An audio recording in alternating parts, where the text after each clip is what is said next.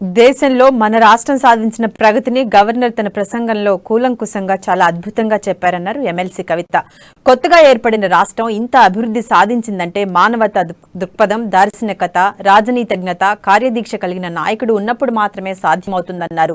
ఎన్ని ఎదురుగాలులు వీచినా కేంద్ర ప్రభుత్వం సహకారం అందించకపోయినా రాష్ట్రంలో ఉన్న ప్రతిపక్ష పార్టీలు అడుగడుగునా అడ్డుపడినా కూడా సీఎం కేసీఆర్ రాష్ట్రాన్ని అభివృద్ధిలో ముందుకు తీసుకెళ్లటం ప్రజలందరికీ గర్వకారణమని పేర్కొన్నారు.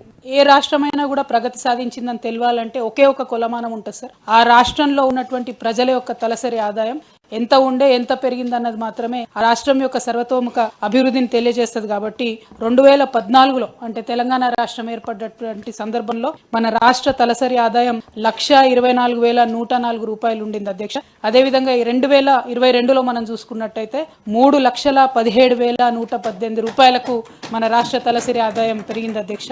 అంటే ఎంత పెద్ద ఎత్తున జీవన విధానంలో జీవన శైలిలో మన రాష్ట్ర ప్రజలకు మార్పు వచ్చింది. దానికి ప్రభుత్వం కేసీఆర్ గారి యొక్క పరిపాలన ఎట్లా తోడ్పడింది అనేటటువంటి అంశాన్ని చెప్పకనే చెప్పినట్టయితుంది అధ్యక్ష.